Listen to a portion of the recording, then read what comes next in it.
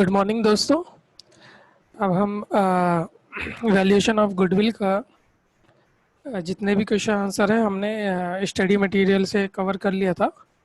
Now अब हम PM से क्वेश्चन कवर करने जा रहे हैं। तो यहाँ पे क्वेश्चन नंबर 2 है। क्वेश्चन नंबर 2 क्या कहता है दोस्तों? Find out the average capital. हमें एवरेज कैपिटल निकालना है और ये देखो कि हमें सिर्फ 1 ईयर की इंफॉर्मेशन दे रखी है। Average capital of ND Limited from its summarized balance sheet as at 31st March 2017।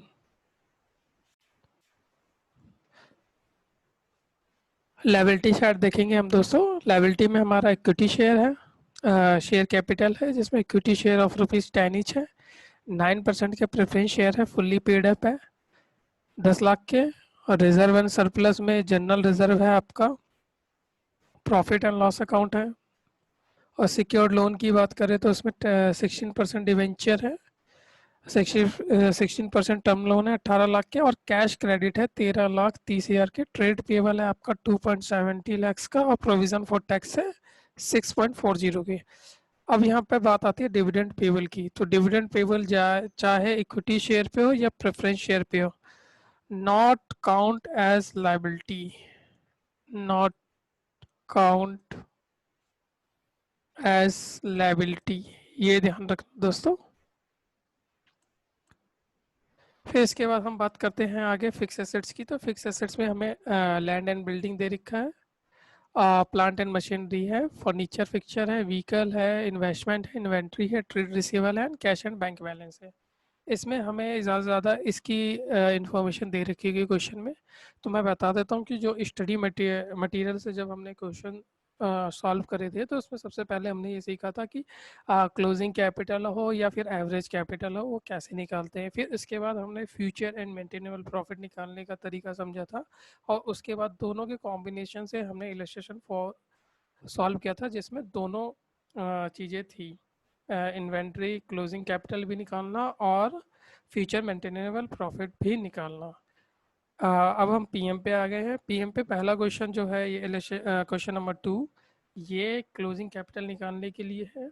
इसके बाद जितने भी क्वेश्चन हैं उन सभी क्वेश्चन में आपको closing capital plus future maintainable profit वगैरह निकालना है फॉर वैल्यूएशन ऑफ गुडविल। तो इसमें हम क्लोजिंग कैपिटल निकालेंगे दोस्तों। आगे दे रखा है नॉन ट्रेड इन्वेस्टमेंट जो है वो आपका 20% ऑफ द टोटल इन्वेस्टमेंट है। तो नॉन ट्रेड कितना है इसमें आपका? आपका नॉन ट्रेड है 20%। तो नॉन ट्रेड इन्वेस्टमेंट कभी भी गुडविल की वैल्यूएशन में नहीं आता, तो 20% यहाँ से निकाल देंगे। अब देखो ये सिर्फ 1 ईयर की इंफॉर्मेशन दी है और कभी भी आप एवरेज कैपिटल निकालने जाओगे तो वो 1 ईयर की इंफॉर्मेशन से नहीं निकलेगा। अगर 2 ईयर की इंफॉर्मेशन होती है तो 2 ईयर का क्लोजिंग कैपिटल निकाल के हम उसे एवरेज कर देते हैं। बट अगर इन केस ऑफ अगर 1 ईयर की आपको एवरेज कैपिटल इंफॉर्मेशन दे रही है, 1 ईयर की इंफॉर्मेशन दे रखी है, तो उस क्वेश्चन में आपको कहीं ना कहीं पिछले ईयर का प्रॉफिट और जनरल रिजर्व का बैलेंस ज़रूर दिया होगा। इस प्रॉफिट एंड जनरल रिजर्व का बैलेंस का यूज़ करके आप इसका एवरेज कैपिटल निकाल सकते हैं। कैसे निकाल सकते हैं? एवरेज कैपिटल निकालने का सिंपल फार्मूला क्या होता है कि आपका जो भी क्लोजिंग कैपिटल है उसमें से जो करंट ईयर में आपने प्रॉफिट कमाया है उसका हाफ लेस कर देंगे तो आपका एवरेज कैपिटल आ जाएगा। हम वही मेथड यहाँ अप्लाई करने वाले हैं। आप सॉल्यूशन करते हैं, सॉल्यूशन करते हैं आप लोगों को पूरा समझ में आ जाएगा। यहाँ आंसर नंबर 2 है। सबसे पहले लिखते हैं कैलकुलेशन ऑफ क्लोजिंग कैपिटल। अब जाहिर सी बात है कि आपको क्लोजिंग कैपिटल लेने के लिए जितने भी एसेट्स होते हैं उसमें से लायबिलिटी को माइनस करना होता है। तो हमारे पास टोटल एसेट्स कितने दे रखे हैं दोस्तों? तो हमारे पे total assets as per balance sheet जो है ये सारी फिगर जो है वो रुपीज़ इन लैक्स में है दोस्तों। तो टोटल हमारे पे फिगर है बैलेंस शीट की 147.80। यहाँ आप देख सकते हो अब इसके अंदर से सबसे पहले तो जो इन्वेस्टमेंट हमें नहीं लेनी होती है उसको लेस करते हैं। तो सबसे पहले हमारे पास नॉन ट्रेड इन्वेस्टमेंट है, और वो टोटल इन्वेस्टमेंट का कितना परसेंट है? तो टोटल इन्वेस्टमेंट है हमारी 10 लाख की, तो वो 10 लाख का 2% है, मीन्स 2 लाख। ठीक है दोस्तों। अब इसके बाद आपका एग्जैक्ट एसेट्स आ गई आपकी कि कितनी लेनी है, प्लस आपको लेस करना है जितनी भी आउटस्टैंडिंग लायबिलिटी है।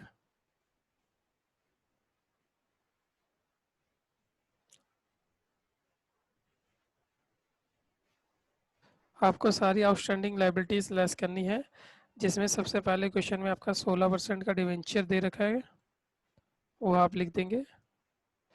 16% का डिवेंचर आपका यहाँ आएगा 5 लाख का दे रखा है। 16% का टर्म लोन है, वो आपको 18 ये दे रखा है। फिर इसके बाद बात करते हैं हम कैश क्रेडिट की। तो जो कैश क्रेडिट है दोस्तों हमारा, वो है 13.30 का। फिर इसके बाद बात करते हैं आगे ट्रेड पेबल की। तो ट्रेड पेबल दे रखा है दोस्तों क्वेश्चन में आपका 2.70। फिर इसके बाद आपको दे रखा है प्रोविजन फॉर टैक्स 6.40। इन सब का हम टोटल करते हैं दोस्तों, तो टोटल आएगा हमारा 45.40। तो डेट मीन्स कि आपकी जो क्लोजिंग कैपिटल है, एग्जैक्ट क्लोजिंग कैपिटल, वो आपके निकल के आ जाएगी 100.40। अब यहाँ तक तो हमें समझ में आ गया। अब इसके बाद दोस्तों आगे क्या करना है कि क्लोजिंग कैपिटल में से मैंने बताया था आपको कि अगर आप हाफ हाफ ऑफ प्रॉफिट जो भी आपने करंट ईयर में अर्न किया है, अगर उसे लेस कर देते हो तो आपका क्लोजिंग कैपिटल आ जाएगा। तो सबसे पहले देखो, increase in reserve. Increase in reserve, आपके रिजर्व में कितना इंक्रीज हुआ? तो देखो रिजर्व कितना था 6.50, आपके रिजर्व में 6.50 था, और इस साल आपका रिजर्व कितना बन गया 12। तो 12 बन गया, तो कहीं ना कहीं आपका रिजर्व 5.5 से बढ़ गया, मतलब इतना प्रॉफिट आपने कमाया। और increase in PNL, increase in profit and loss account, ये कितना था 8.20 था, और अब बैलेंस शीट में कितना दिखा रहा है 19.50। तो कहीं ना कहीं आपको प्रॉफिट 11,30,000 का हो गया। फिर इसके बाद दोस्तों आता है आपका डिविडेंड वाला पार्ट, कि आपने डिविडेंड भी तो दिया इस बार, और आपने डिविडेंड कितने पे दिया, प्रेफरेंस शेयर पे भी दिया और इक्विटी शेयर पे भी दिया। 10 प्लस 0.90 मीन्स 10.90। तो कुल मिला के आपका जो इस साल प्रॉफिट कमाया वो आपने कमाया 27.70। उसका हम कर देंगे मल्टीप्लाई बाय 1/2, तो ये आ जाएगा आपका आउटर कॉलम में 13.85। ये आप जैसे लेस करोगे दोस्तों, आपका एवरेज कैपिटल निकल के आ जाएगा 86.55 लैक्स। और हमारा यही आंसर है, इस क्वेश्चन की रिक्वायरमेंट यही है। तो क्वेश्चन बहुत ही सिंपल था दोस्तों, ऑल दो ये सिर्फ प्रैक्टिस के लिए है, इसका मेथड तो मैंने लास्ट क्लास में आपको समझा ही दिया था। तो क्वेश्चन नंबर 2 हमारा ख़त्म होता है दोस्तों। अब आ जाते हैं हम क्वेश्चन नंबर 3 पे, जो कि रियली में बहुत मोस्ट इम्पोर्टेंट क्वेश्चन है। अब देखो दोस्तों, क्वेश्चन नंबर 3 क्या कहता है, the following balance is extract from the balance sheet of popular limited. ये बैलेंस शीट किसकी है? पॉपुलर लिमिटेड की है। आपको 2 ईयर का बैलेंस दे रखा है, तो आपको अगर 2 ईयर का बैलेंस दे रखा है तो आपको सिंपल जो क्लोजिंग कैपिटल निकालना है वो दोनों ईयर का क्लोजिंग कैपिटल निकालिए, दोनों को जोड़िए और 2 से डिवाइड कर दीजिए, आपका एवरेज कैपिटल निकल के आ जाएगा। ठीक है, बैलेंस शीट पढ़ लेते हैं। इसमें शेयर कैपिटल है आपके 500 लाख के, 500 लाख के। जनरल रिजर्व आपका पहले था 400, अब हो गया है 425 लैक्स, रुपीज इन लैक्स है। फिर आपका प्रॉफिट एंड लॉस अकाउंट की बात करें तो पहले 60 लाख था, अब 90 हो गया है। 18% टर्म लोन 180 था, 165 हो गया है। ट्रेड पेबल आपका 35 था, 45 हो गया है। फिक्स एसेट्स आपके 550 के थे, 650 के हो गए। 10% इन्वेस्टमेंट, याद रखना इसकी एडजस्टमेंट जरूर क्वेश्चन में दी होगी कहीं ना कहीं नॉन ट्रेड से रिलेटेड। ये आपका 250 एंड 250 है। इन्वेंट्री आपका 260, 300 है। ट्रेड रिसीवेबल की बात करें तो ये 170 एंड 110 हो गया है। कैश एट बैंक आपका 46, 45 दिया हुआ है।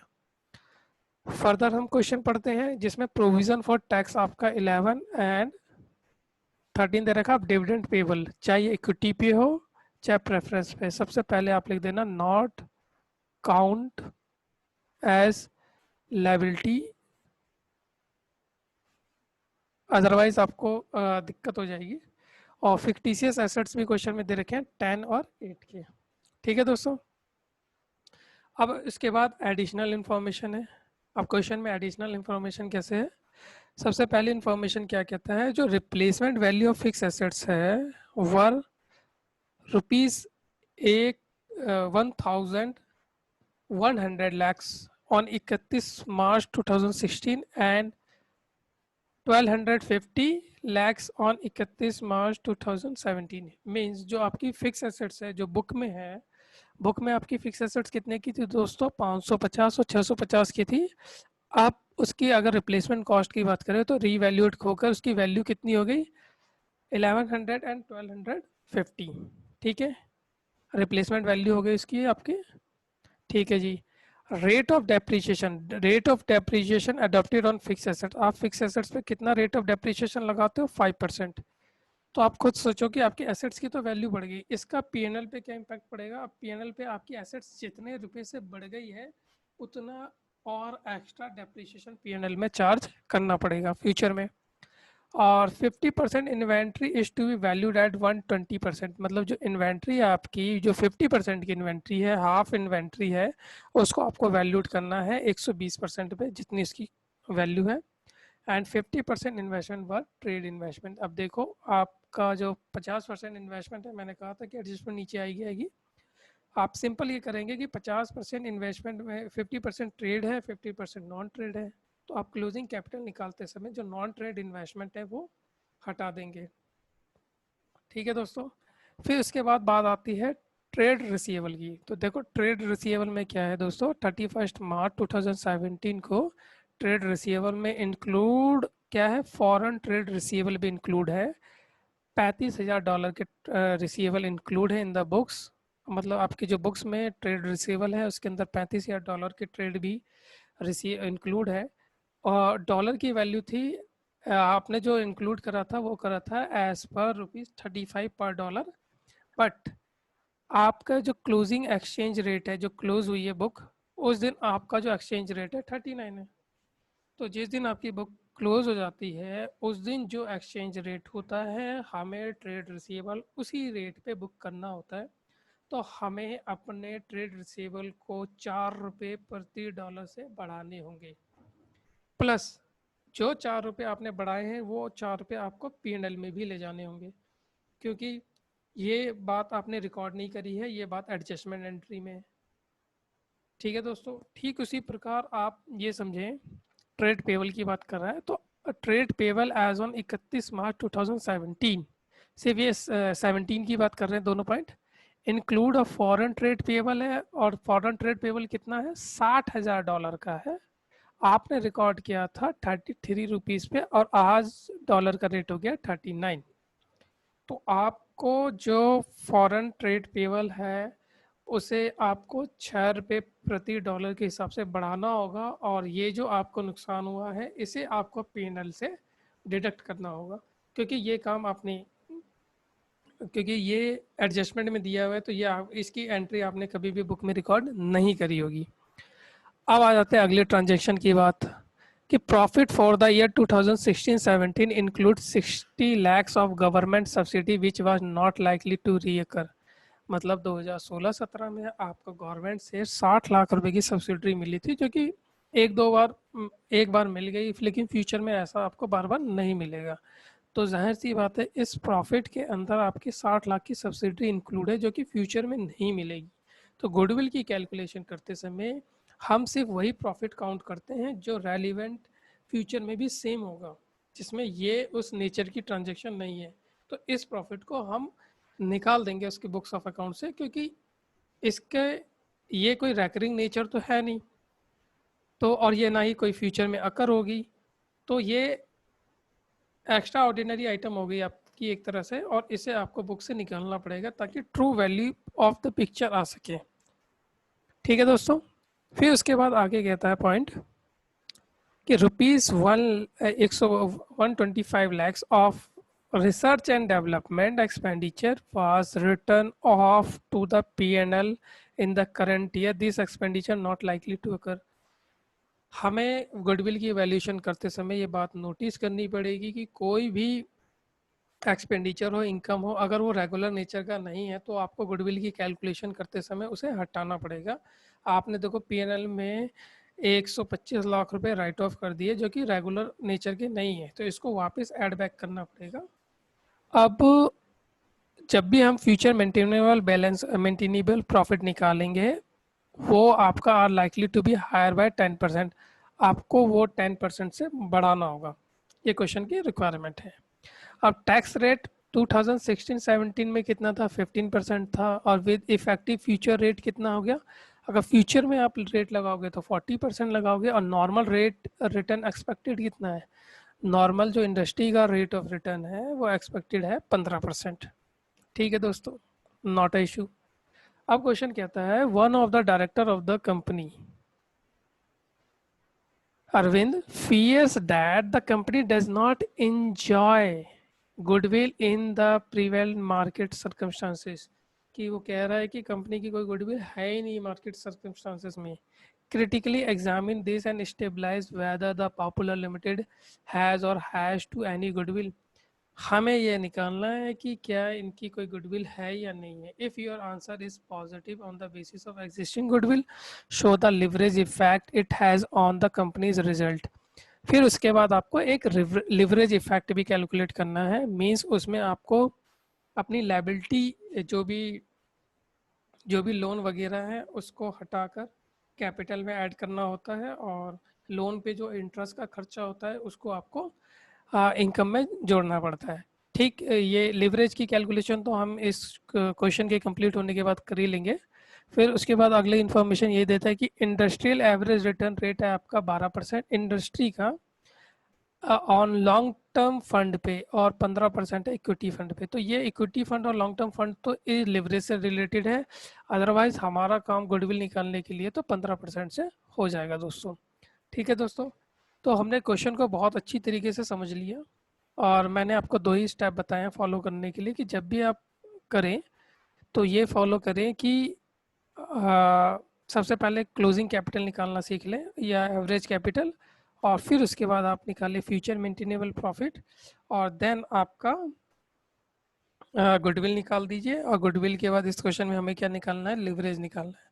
तो हमें टोटल 4 वर्किंग करनी होगी। तो सबसे पहले हम निकालते हैं दोस्तों क्लोजिंग कैपिटल कह लो या एवरेज कैपिटल, क्योंकि एवरेज कैपिटल से ही हमारी गुडविल की वैल्यू निकलेगी। तो सबसे पहले हम दोस्तों अब निकालते हैं। ये आंसर नंबर हमारा 3rd है।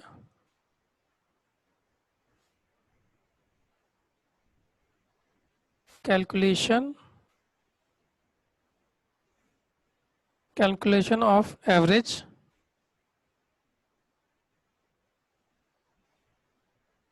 कैपिटल, आपको एवरेज कैपिटल निकालना है। एवरेज कैपिटल के लिए सबसे पहले आपको क्लोजिंग कैपिटल निकालना होगा। आपको डेट दे रखी है कि 31 मार्च 16 है, 31 मार्च 17 है। ठीक है।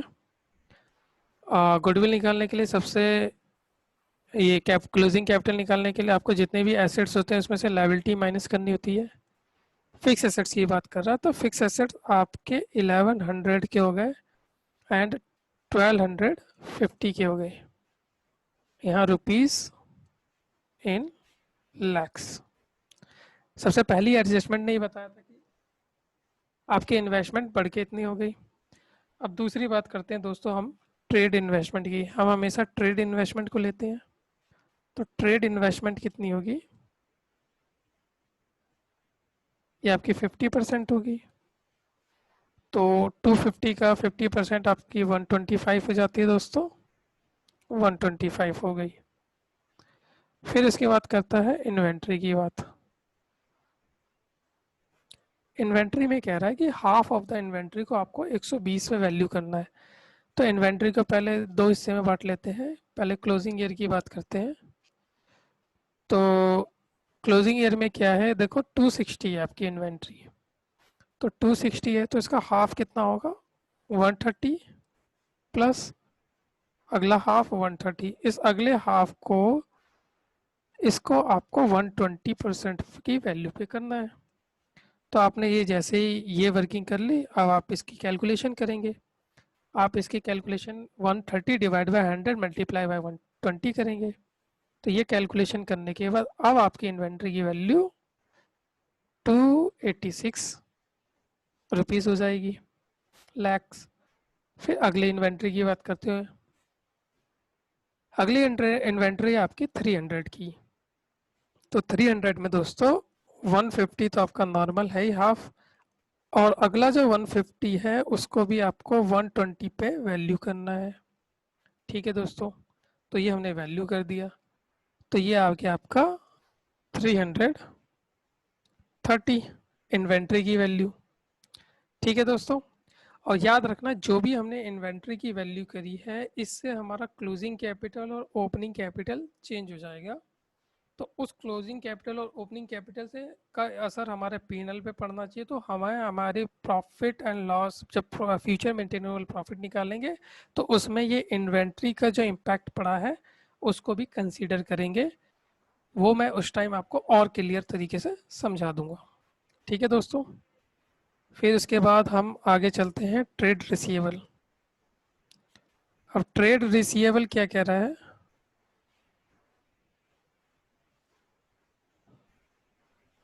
ये कहता है दोस्तों कि क्लोजिंग तो आपकी सेम है, क्लोजिंग के लिए कोई इंफॉर्मेशन नहीं है। बात करते हैं ओपनिंग की।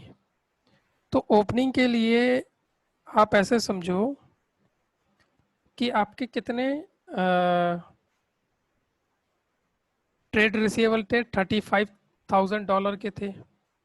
तो $35,000 के जो ट्रेड रिसीवेबल थे उसको आप 4 रुपीज़ एक्स्ट्रा से मल्टीप्लाई करोगे। तो जैसे ही 4 रुपीज़ एक्स्ट्रा से करोगे $35 को, वो आपका आ जाएगा 1,40,000। और 1,40,000 रुपीज़ आ जाएंगे। लेकिन इसको तो आपको लैक्स में दिखाने हैं। तो ये आ जाएगा 1.4। तो ये आपका ट्रेड रिसीवेबल की वैल्यू 110 थी तो 111.40 आ जाएगी। कोई दिक्कत नहीं। अब आगे बढ़ते हैं। आगे क्वेश्चन कहता है ट्रेड रिसीवेबल के बाद कैश एंड बैंक बैलेंस। तो आपका कैश एंड बैंक की बात करूं तो वो तो आपको सेम 46 और 45 सिंपल उतार लेंगे आप। इसके बाद fictitious assets is not your asset, तो उसे कंसीडर नहीं करेंगे। उसके बाद जितनी भी लाइबिलिटी है दोस्तों उसकी तरफ बढ़ते हैं हम। लेस जो भी आउटस्टैंडिंग लाइबिलिटी है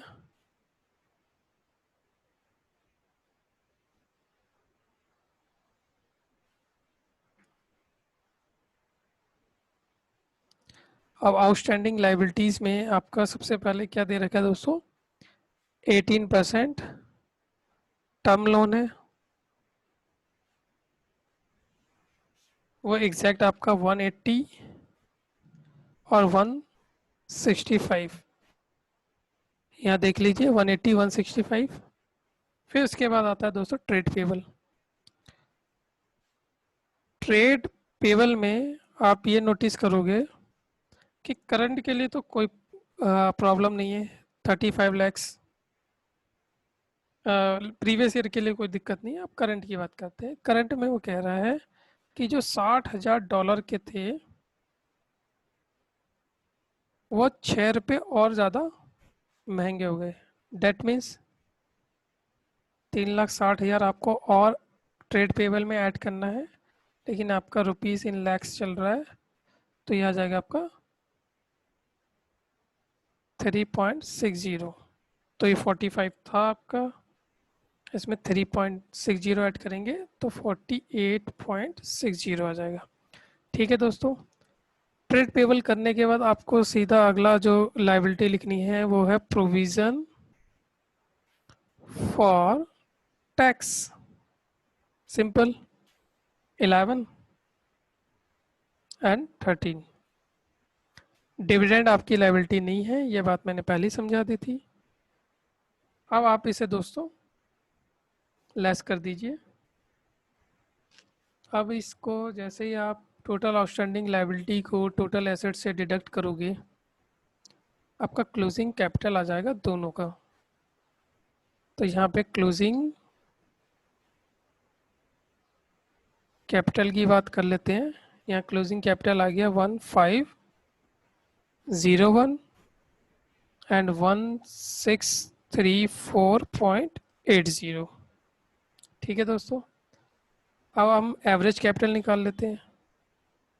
एवरेज कैपिटल निकालना बहुत सिंपल है, 1501 प्लस 1634.80 डिवाइड बाई 2, ये आ जाएगा आपका 1567.90 lakhs। ठीक है दोस्तों, तो एक पार्ट तो हमने क्वेश्चन का सॉल्व कर लिया कि क्लोजिंग कैपिटल, कि क्लोजिंग कैपिटल हमने इस क्वेश्चन का कैलकुलेट कर लिया जी। ठीक है जी, अब आ जाते हैं अगले पार्ट पे, calculation of future maintainable profit.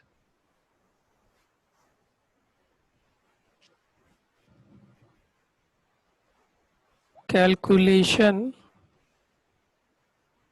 Of future maintainable profit. अब क्वेश्चन में आप देखेंगे कि 2 ईयर की बैलेंस शीट दे रखी है, प्रॉफिट के रिगार्डिंग कोई इन्फॉर्मेशन नहीं दे रखी करंट ईयर के। तो हम उस केस में दो बैलेंस शीट में जो पीएनएल और जनरल रिजर्व का गैप होता है उसको हम प्रॉफिट मान लेते हैं। ठीक है दोस्तों, तो सबसे पहले आपका क्या है, चेंज इन जनरल रिजर्व। सबसे पहले हम लिखते हैं change in general reserve. Second है आपका change in profit and loss account. और फर्दर आपने इस क्वेश्चन में डिविडेंड भी इशू किया है, तो जो भी डिविडेंड आपने डिक्लेयर किया है वो भी। अब देखिए, मैं आपको दिखा देता हूँ क्वेश्चन में। सबसे पहले जनरल रिजर्व कितने के थे, 400 के, अब कितने के हो गए, 425। तो ये 25 आपका प्रॉफिट कमाया आपने, पहले 60 के थे 90 के, तो आपने 30 lakhs का प्रॉफिट कमाया। और डिविडेंड, डिविडेंड आपने कितने का डिक्लेयर किया इस साल, तो डिविडेंड आप डिविडेंड में गैप मत ले लेना। डिविडेंड में इस साल कितना डिविडेंड डिक्लेयर किया, 125। तो आपको ये डिविडेंड लेना पड़ेगा कि डिविडेंड आपने 125 का डिक्लेयर किया। ठीक है दोस्तों, तो यहाँ पे हम, यहाँ पे आपका आ गया 25, यहाँ पे भी हम रुपीज़ इन लैक्स लिख देते हैं। ये आपका 25 आ गया, ये आपका 30 आ गया और ये 125 आ गया। तीनों को जोड़ेंगे हम 180 आ जाएगा।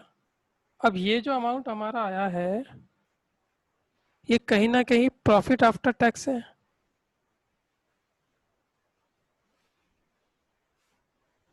क्योंकि टैक्स देने के बाद ही तो आप प्रॉफिट को बांट लेते हो, डिविडेंड डिक्लेयर कर देते हो। और हमें फ्यूचर मेंटेनेबल प्रॉफिट निकालने के लिए प्रॉफिट के अंदर जो एडजस्टमेंट करनी होती है वो प्रॉफिट हमारा प्रॉफिट बिफोर टैक्स होता है। तो प्रॉफिट आफ्टर टैक्स है तो हमारा प्रॉफिट बिफोर टैक्स कितना होगा।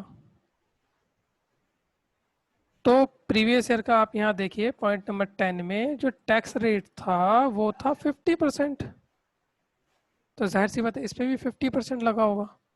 तो ये 180 अपने आप में 50 होगा, तो अगर इसे 100 से मल्टीप्लाई कर दे तो प्रॉफिट बिफोर टैक्स हमारा 360 आ जाएगा। ठीक है दोस्तों, समझ में आ गया।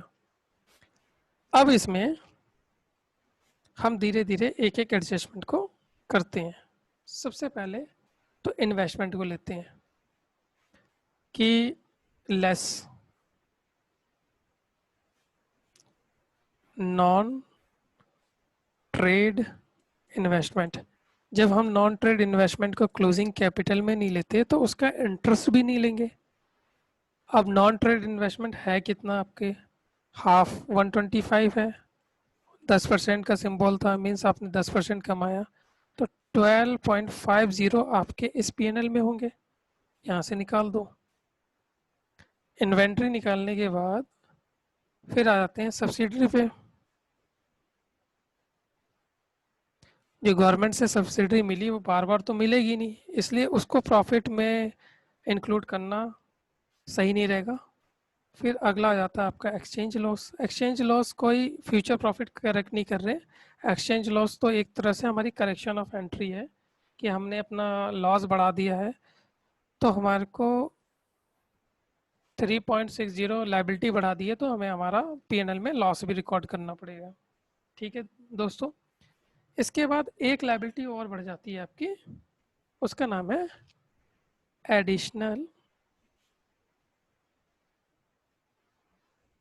Additional depreciation. अब आपको एडिशनल डेप्रिसिएशन कितना लगा, तो आप खुद सोचो। अब से अब बुक की वैल्यू होगी आपकी 1250, पहले थी 650। उस कैप पे आपको 5% एक्स्ट्रा डेप्रिसिएशन पीएनएल में चार्ज करना होगा, तो फ्यूचर से आपकी इनकम 30 और डिक्रीज होने लग जाएगी। ये तो सारे हमारे लेस आइटम हो गए। अब बात करते हैं ऐड कि ऐड क्या क्या करना है। तो सबसे पहले एक्सचेंज प्रॉफिट जो हुआ है आपको वो ऐड कर देंगे आप 1.40 का। फिर उसके बाद दोस्तों रिसर्च एंड डेवलपमेंट, R&D पे जो आपने खर्चा किया था वो वापस ऐड करना पड़ेगा क्योंकि रैकरिंग नेचर का नहीं है, 125। फिर आपकी बारी आती है इन्वेंट्री एडजस्टमेंट की। अब इन्वेंट्री एडजस्टमेंट को ऐसे समझिए कि आपने आपका जो ओपनिंग इन्वेंट्री है वो कहीं ना कहीं यहाँ से समझा देता हूँ। आपकी इन्वेंट्री, ये जो क्लोजिंग इन्वेंट्री है बुक में आपकी 260 की, ये अगले साल ओपनिंग बनेगी इस साल। तो ओपनिंग आपकी 260 की थी, लेकिन आपको ओपनिंग करना है 286 माइनस, मीन्स आपके प्रॉफिट में से सिर्फ 260 ही डिडक्ट हुआ होगा, जबकि हमें अब 286 डिडक्ट करना है। तो जाहिर सी बात है हमने 26 जो बैलेंस है उसको कम डिडक्ट किया है, इसलिए हम करंट पीएनएल में 26 का बैलेंस ज़्यादा डिडक्ट 26 से बैलेंस प्रॉफिट को डिडक्ट कर देंगे। अब बात आती है क्लोजिंग इन्वेंट्री की। तो क्लोजिंग इन्वेंट्री कितना है दोस्तों क्वेश्चन में, 300 है, तो ये 300 पीएनएल में ऐड हुआ होगा। अब हमारा क्लोजिंग इन्वेंट्री कितना है, 330, मीन्स 30 रुपीज़ आपको पीएनएल में और ऐड करने होंगे। ठीक है दोस्तों, तो आप इसको ऐसे करिए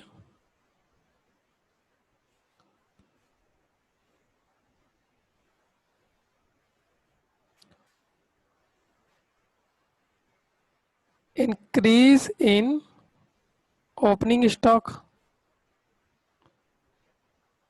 तो आपको 26 माइनस करना होगा। और decrease in increase in closing stock, और क्लोजिंग स्टॉक ऐड होता है तो आपको 30 और ऐड करना होगा। ठीक है दोस्तों, तो ये सब करने के बाद अब आपका जो फ्यूचर मेंटेनेबल प्रॉफिट है वो आ गया 384.30। ठीक है दोस्तों, अब क्वेश्चन ने एक रिक्वायरमेंट और करी थी, वो बता देता हूँ मैं। ऐड इंक्रीज जो करना था फ्यूचर मेंटेनेबल प्रॉफिट जो आया है बाय 10%, तो इसको 10% से हमें सिंपल बढ़ाना है 38.43, तो ये आपका आ गया 422.73। अब ये क्या है, ये जो भी प्रॉफिट है ये आपका बिफोर टैक्स है, इसको आफ्टर टैक्स में लाना है, तो लैक्स टैक्स। अब टैक्स जो लगेगा एट द रेट 40% लगेगा, क्योंकि क्वेश्चन ने ये क्वेश्चन की रिक्वायरमेंट है, मैं आपको दिखा देता हूँ क्वेश्चन में। यहाँ क्वेश्चन में पॉइंट नंबर 10 में ही लिखा हुआ है कि effective future tax rate will be 40%। Effective future tax जो होगा आपका वो 40% होगा, तो यहाँ पे हम 40% कर लेते हैं। तो 40% फिगर आपकी 169.09 आएगी। तो डेट मीन्स आपका जो फ्यूचर मेंटेनेबल प्रॉफिट है वो 253.69 आ गया। ठीक है दोस्तों,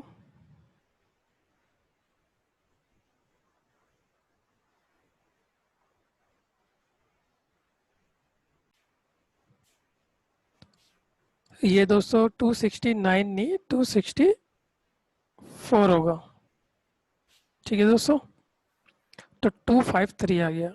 अब क्वेश्चन की रिक्वायरमेंट की थी, क्वेश्चन कह रहा है valuation of the goodwill, goodwill निकालना है।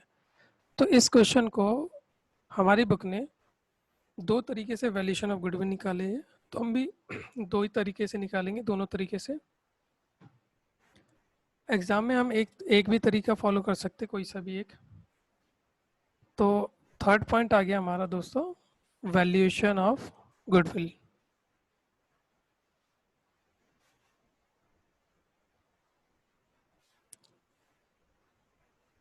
अब वैल्यूएशन ऑफ गुडविल में जो पहला मेथड फॉलो किया है वो ये किया है, capitalisation of future maintainable profit. जो फ्यूचर मेंटेनेबल प्रॉफिट है उसी को कैपिटलाइज कर दिया है। तो फ्यूचर मेंटेनेबल प्रॉफिट कितना है आपका दोस्तों 253.64। कैपिटलाइजेशन का रेट क्वेश्चन में 15% दे रखा है, दिखा देता हूँ। आप एडजस्टमेंट नंबर 11 को देखेंगे तो एक्सपेक्टेड नॉर्मल रिटर्न रेट आपको 15% दे रखा है। आप ये वाला मत नोटिस कर लेना, ये लिवरेज के लिए दे रखा है। ठीक है दोस्तों, तो यहाँ पे हम 15% से कैपिटलाइज कर देते हैं इसे, तो यहाँ पे 15, ये परसेंटेज को हटा के यहाँ मल्टीप्लाई लगा देते हैं। तो हमारा जो capitalisation of future maintainable profit करा, तो ये आ गया हमारा 1690.93। और इसको याद रखना, अगर मेंटेनेबल प्रॉफिट को अगर आपने कैपिटलाइज किया है तो इसको हम हमेशा क्लोजिंग कैपिटल से ही लेस करते हैं, closing capital not average capital. तो क्लोजिंग कैपिटल करंट पीरियड का कितना है 1634.80। तो आपकी गुडविल कितनी निकल के आ गई, तो गुडविल हमारी आ गई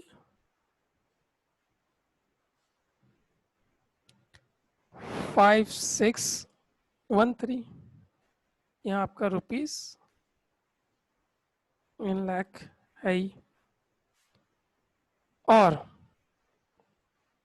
सेकंड करते हैं हम capitalisation of super profit. Capitalisation of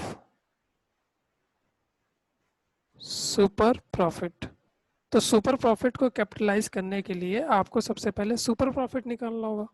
और सुपर प्रॉफिट कैसे निकलता है? आपका फ्यूचर मेंटेनेबल प्रॉफिट है और जो भी आपका नॉर्मल रेट ऑफ रिटर्न से प्रॉफिट आया है एवरेज कैपिटल का। तो आपका फ्यूचर मेंटेनेबल प्रॉफिट कितना है दोस्तों? 253.64 रुपीज इन लैक्स। ठीक है जी। प्लस आप इसमें से लेस कर देंगे नॉर्मल प्रॉफिट।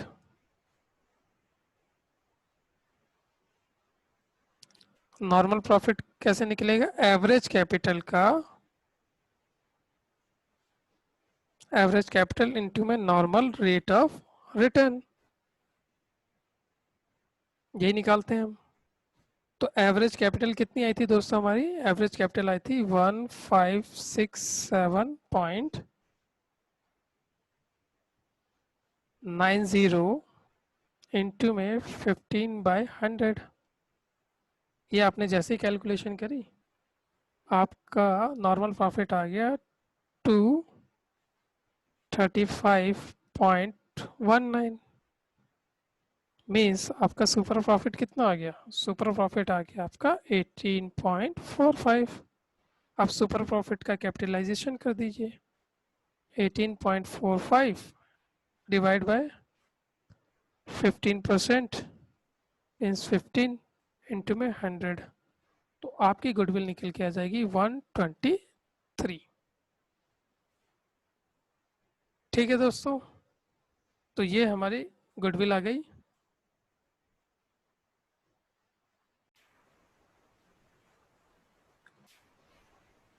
तो दोस्तों हम यहाँ तक तो आ गए थे। अब इसके बाद हम करते हैं लिवरेज। लिवरेज को कंसीडर करते हैं। तो लिवरेज को कंसीडर करने के लिए आपको दो प्रॉफिट निकालने हैं। एक तो प्रॉफिट निकालना है फ्यूचर मेंटेनेबल प्रॉफिट आपका इक्विटी फंड से, और दूसरा फ्यूचर मेंटेनेबल प्रॉफिट निकालना है आपका आपका on long term capital employed. तो सिंपल ऐसे समझते हैं। देखो दोस्तों, फ्यूचर मेंटेनेबल प्रॉफिट जो है आपका ऑन इक्विटी फंड। अगर मैं इक्विटी फंड की बात करूं, हम यहाँ लिवरेज निकाल रहे हैं। हेडिंग यहाँ लिवरेज की डाल देता हूँ, लिवरेज एनालिसिस। तो ये आपका दोस्तों 253.64, क्योंकि आपका फ्यूचर मेंटेनेबल प्रॉफिट 253.64 आ रहा था। अब करते हैं future maintainable profit on long term capital employed. Long term capital employed, इसमें क्या है दोस्तों? इसमें आप सबसे पहले ये देखेंगे कि आपका फ्यूचर मेंटेनेबल प्रॉफिट कितना था। तो फ्यूचर मेंटेनेबल प्रॉफिट आपका 253.64 था।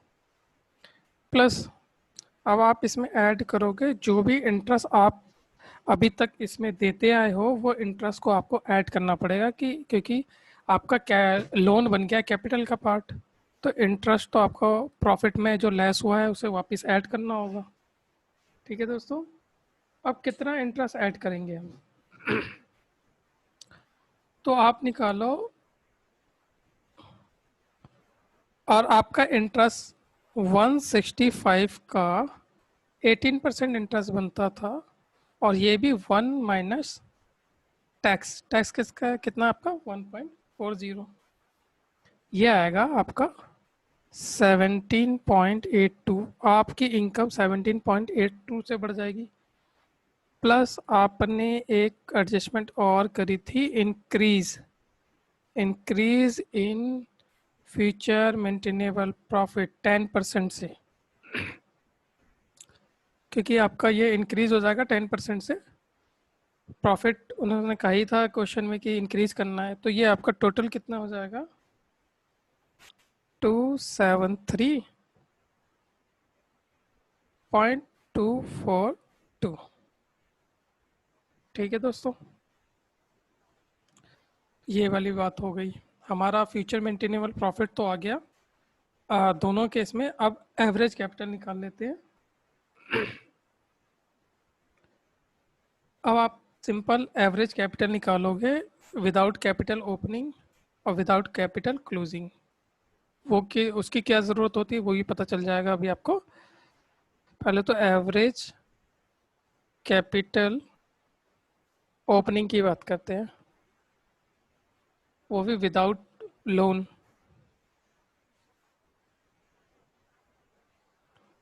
लोन ये आपका पहले कितना था 1501 था, आपका लोन भी कैपिटल बन गया, तो ये आ गया आपका 1681। ठीक है दोस्तों, अगर मैं क्लोजिंग कैपिटल की बात करूं विदाउट लोन, तो ये कितना था आपका क्लोजिंग कैपिटल विदाउट लोन था आपका 1634। 1634.80 प्लस 165, तो इन ये बन गया आपका क्लोजिंग कैपिटल 1799.80। अब इसका आप एवरेज कैपिटल कर दीजिए। आप एवरेज कैपिटल करोगे तो ये आ जाएगा 3480.8 अपॉन में 2 इक्वल टू 1740.40। ये आपका दोनों केस में आ गया एवरेज कैपिटल। ठीक है दोस्तों, अब इसके बाद आप क्या करेंगे, आप सबसे पहले equity based valuation of goodwill करेंगे। अब निकालो वैल्यूएशन ऑफ गुडविल। और वैल्यूएशन ऑफ गुडविल के लिए सबसे पहले अगर इक्विटी की बात करें, इक्विटी अप्रोच में,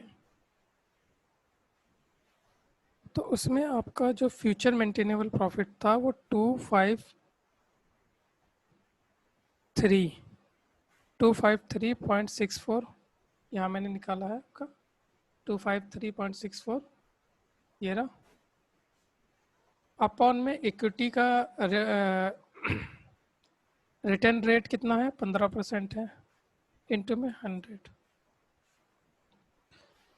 अगर आप फ्यूचर मेंटेनेबल प्रॉफिट को इक्विटी बेस से कैलकुलेट करते हो तो ये आपका आ जाएगा 253.64 अपॉन में 15%, 1690.93।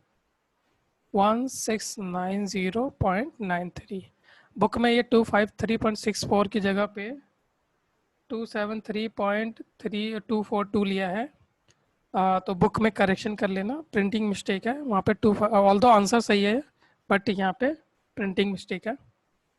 ये आपका फ्यूचर मेंटेनेबल प्रॉफिट को कैपिटलाइज किया तो ये आपका कैपिटल आ गया। इसमें से लेस करते हैं एवरेज कैपिटल, जबकि ऑल दो मैंने अभी ऊपर बताया था कि इसमें से हम हमेशा क्लोजिंग कैपिटल लेस करते हैं। तो मैं पहले ये सॉल्यूशन कर देता हूँ, फिर आपके प्रॉब्लम भी दूर कर देता हूँ। यहाँ पे आपका एवरेज कैपिटल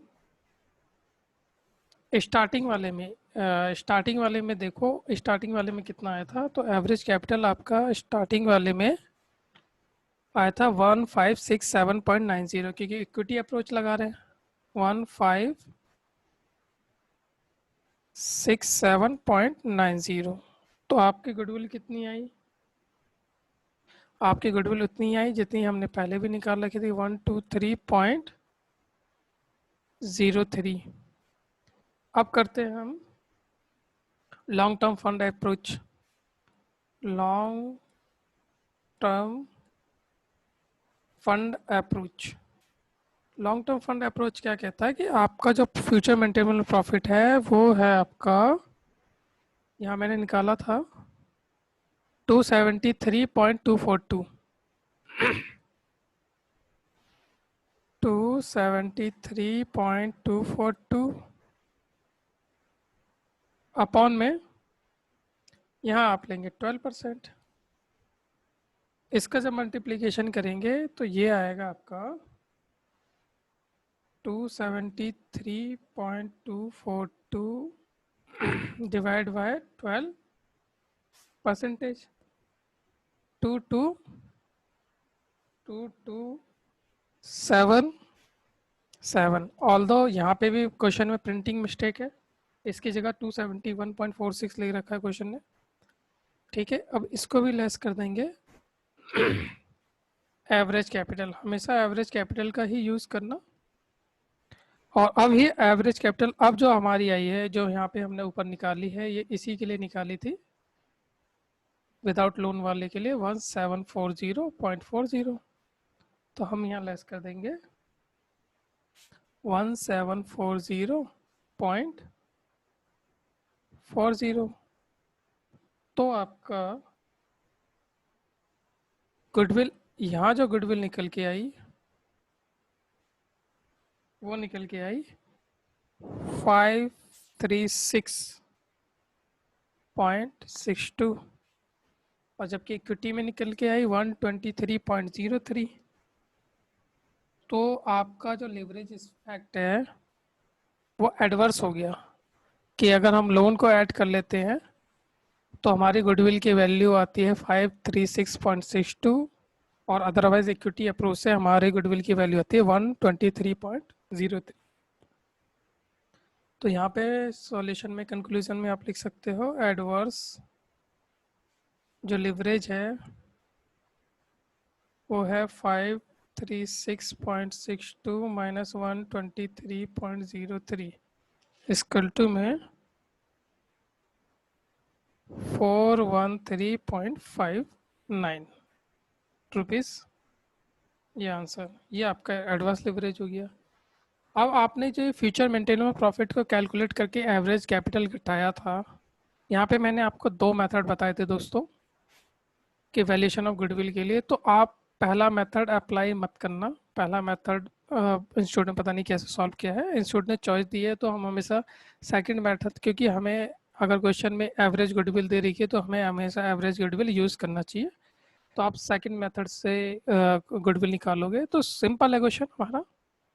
सबसे पहले हमने क्लोजिंग कैपिटल निकाला, क्लोजिंग कैपिटल के बाद फ्यूचर मेंटेनेबल प्रॉफिट निकाला, फ्यूचर मेंटेनेबल प्रॉफिट के बाद हम कैपिटलाइजेशन ऑफ सुपर प्रॉफिट से हमारा गुडविल की वैल्यू 123 आ गई। उसके बाद हमने लिवरेज निकाल लिया। लिवरेज के लिए पहले future maintainable profit equity fund का देखा, फिर लॉन्ग टर्म कैपिटल का देखा, फिर लॉन्ग टर्म कैपिटल के लिए उसका एवरेज कैपिटल निकाला, फिर वैल्यूएशन ऑफ गुडविल कर दी फ्यूचर मेंटेनेबल प्रॉफिट को कैपिटलाइज करके। ठीक है दोस्तों, तो क्वेश्चन सिंपल है और बहुत इम्पोर्टेंट क्वेश्चन है, तो इसे आप मेरी वीडियो के साथ ही प्रैक्टिस कर लेना। ठीक है दोस्तों,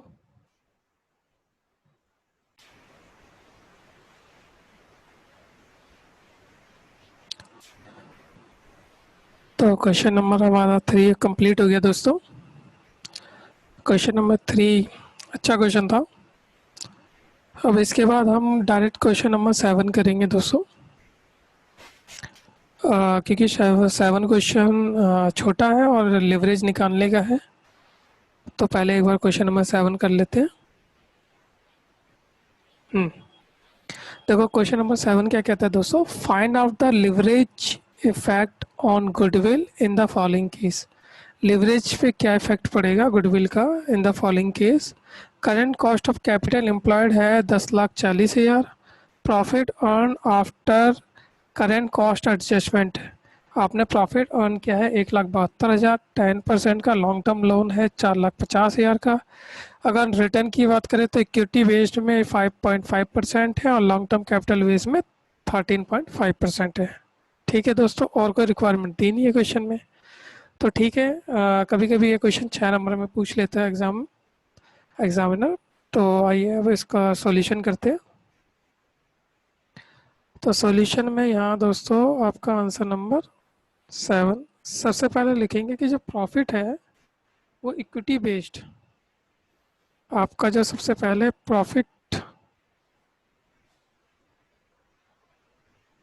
इक्विटी बेस्ड कितना है, या अमाउंट इन रुपीस लिख देते हैं। तो प्रॉफिट इक्विटी बेस्ड है हमारा 10,40,000। अगर मैं यही पूछूं कि profit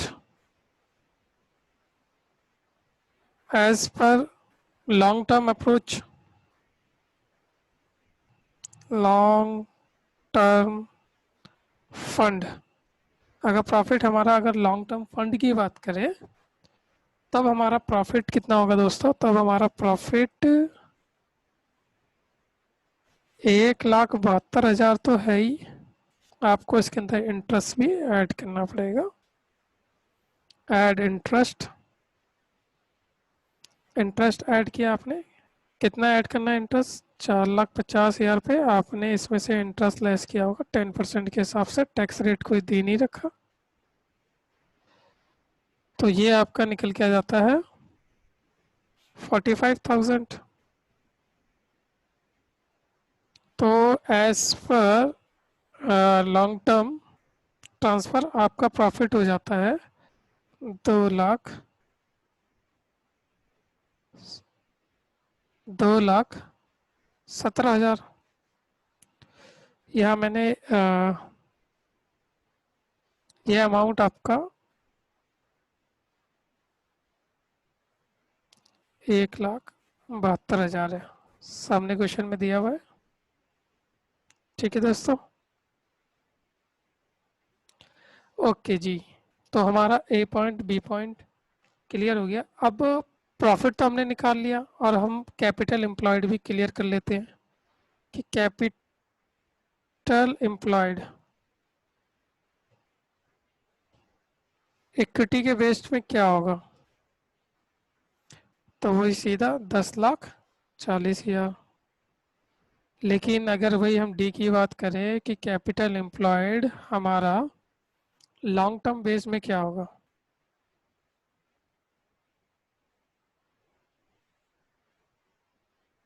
as per long term based, तो उसमें हम देखेंगे कि हमारे पास जो कैपिटल है, कैपिटल एम्प्लॉयड हमने कर रखी है 10,40,000, और इसमें हम अपना जितना भी हमारा लोन है वो ऐड कर देंगे। तो यहाँ पे हमारा 10% टर्म लोन है वो ऐड कर देंगे। तो ये आ जाएगा आपका दोस्तों 4,50,000। तो टोटल कैपिटल एम्प्लॉयड हो गया 14,19,000। ठीक है, अब यहाँ करते हैं हम valuation of goodwill. Valuation of goodwill सबसे पहले करते हैं इक्विटी बेस्ड। अगर इक्विटी बेस्ड करते हैं तो कैपिटलाइजेशन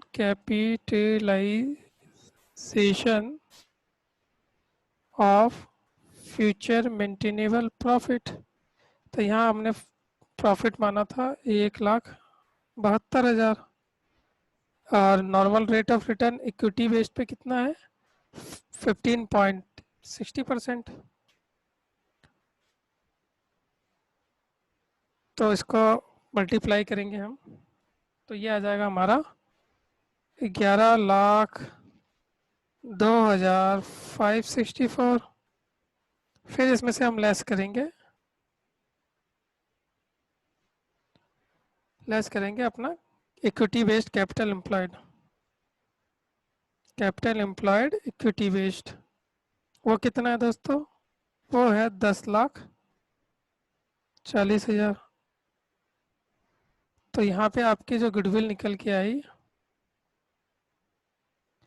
वो आ गई आपकी दोस्तों 62,500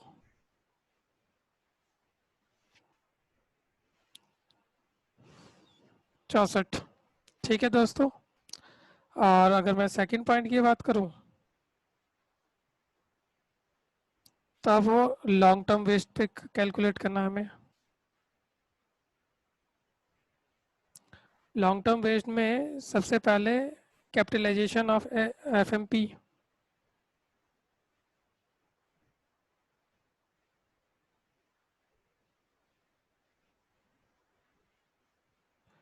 और इसका हमारा प्रॉफिट बेस क्या था?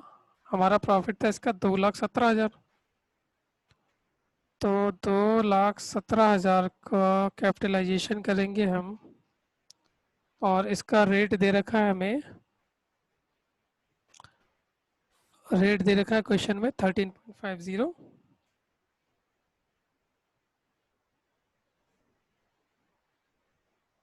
तो ये 13.50 इंटू में 100 कर देंगे।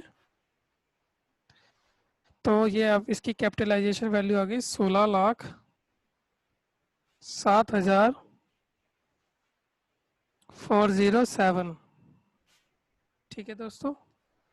और इसमें हमें सिंपल लेस करना है कैपिटल एम्प्लॉयड। वो भी कौन सा वाला? लॉन्ग टर्म वाला। लॉन्ग टर्म वाला कैपिटल एम्प्लॉयड कितना आया था? 14,90,000। ये 14,90,000 हमने लेस कर दिया दोस्तों। तो ये सिंपल हमारा गुडविल निकल के आ गया 1,17,407। तो यहाँ पे हमारी जो लिवरेज आई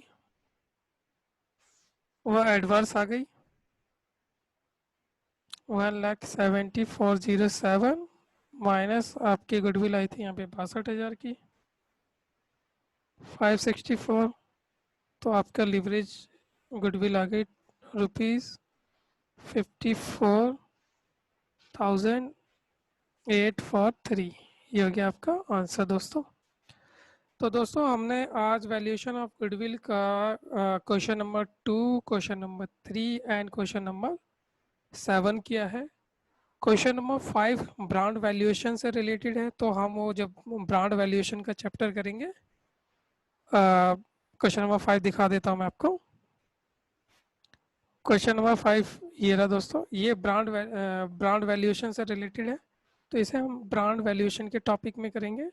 तो हमारे पास पेंडिंग रह जाता है इस टॉपिक के रिगार्डिंग, एक तो हमारे पास क्वेश्चन नंबर 4 रह जाता है। Question number 4, question number 5 brand valuation का है। तो क्वेश्चन नंबर 4, क्वेश्चन नंबर 6, और हमने क्वेश्चन नंबर 7 अभी भी कर लिया है, और रह जाता है आपका क्वेश्चन नंबर 8। तो कुल मिला के आपके 3 क्वेश्चन रह जाते हैं दोस्तों, और इस 3 क्वेश्चन को हम नेक्स्ट क्लास में टेकअप कर लेंगे। Question number 4, question number 6 and question number 8। और इन 3 क्वेश्चन करने के बाद हमारा पूरा वैल्यूएशन ऑफ गुडविल का जो भी स्टडी मटेरियल में क्वेश्चन था और जितने भी हमारे पीएम में क्वेश्चन थे वो सारे कंप्लीट हो जाएंगे। तो बहुत ही जल्द नेक्स्ट लेक्चर में मिलते हैं दोस्तों। तब तक के लिए टेक केयर, बाय।